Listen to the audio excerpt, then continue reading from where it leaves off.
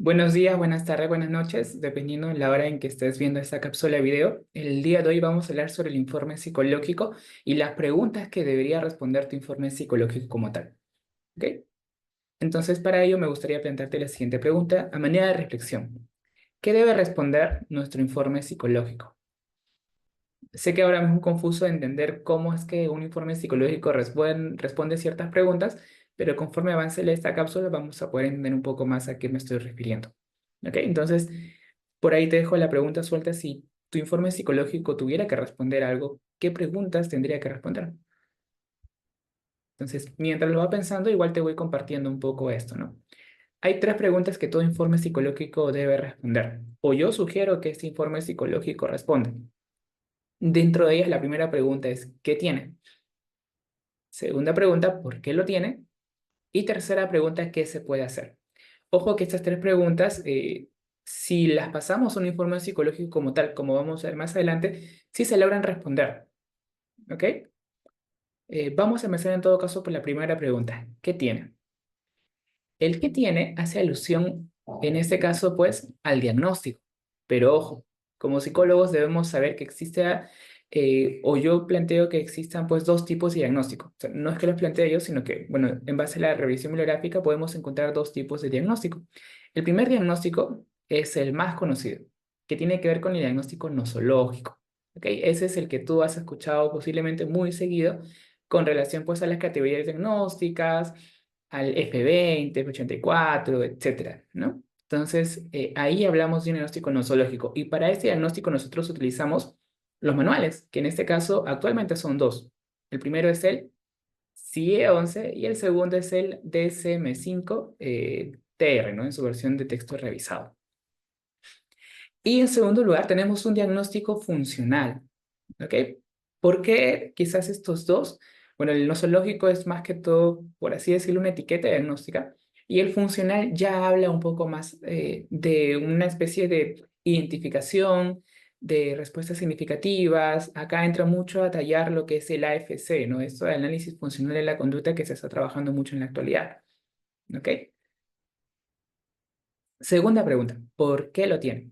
Cuando hablamos de por qué lo tiene, nosotros tenemos pues que revisar mucho los antecedentes del caso del paciente, los antecedentes retrógrados, los clínicos, asimismo haber realizado muy posiblemente una muy buena análisis para recolectar la información necesaria, dependiendo, claro, del tipo de motivo de consulta, ¿no? También es importante que tú puedas hacer un ABC, en el sentido, acá viene lo que es el análisis funcional de la conducta, ¿no? Tu antecedente, tu conducta y tu consecuencia. Para un poco después esto te sirva para hacer tu formulación de caso clínico. Con relación a la tercera pregunta, ¿qué se puede hacer? Esta ya da alusión pues a las recomendaciones.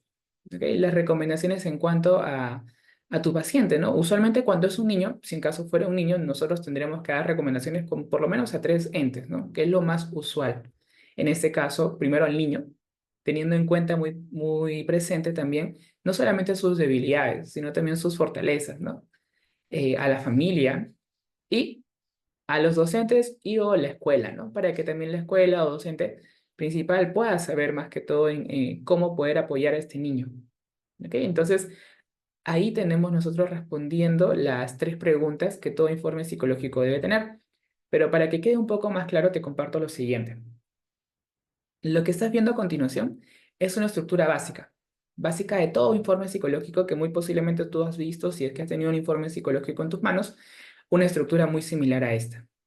Puedes ver como primer punto los datos generales, el motivo de consulta, antecedentes, observaciones generales y de conducta, resultados, conclusiones y recomendaciones. ¿Ok?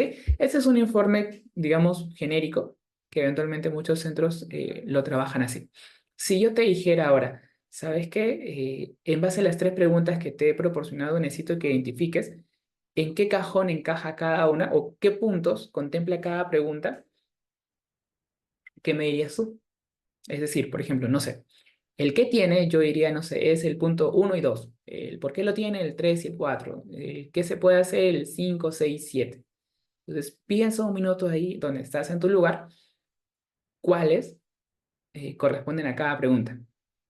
¿Ok? En todo caso, ponle pausa al video, piénsalo y yo a continuación te revelo cuáles corresponden a cuál.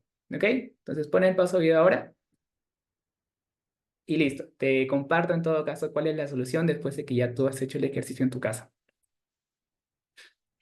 Acá tienes la respuesta a qué tiene. Como dijimos nosotros, el qué tiene pues apunta a un ámbito de decir, ok, esta es la etiqueta diagnóstica o este es el resultado final del proceso de evaluación. ¿Qué tiene el paciente? El por qué lo tiene involucra muchos más puntos, porque haces pues toda una recogida de información para poder explicar por qué lo tiene.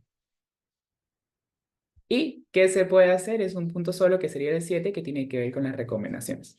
Entonces, ahí quizás ahora entiendes el por qué esas tres preguntas. Las tres preguntas ayudan a ordenar un poco más digamos, para que sea más entendible qué información debe contener tu informe psicológico. Y bueno, es lo que tu paciente debería llevarse, ¿no? Todo paciente que venga a nosotros debería poder llevarse estas tres preguntas resueltas. Si yo, por ejemplo, atiendo a un papá, el papá tiene que llevarse el caso de su hijo. ¿Qué tiene su hijo? ¿Por qué lo tiene? ¿Y qué se puede hacer? Si el paciente que acude a ti quizás no logra resolver estas preguntas o no le quedan muy claras, quizás habría que ajustar o ver la forma de que sea más entendible para nuestro usuario final. Eso sería todo con esta cápsula de video.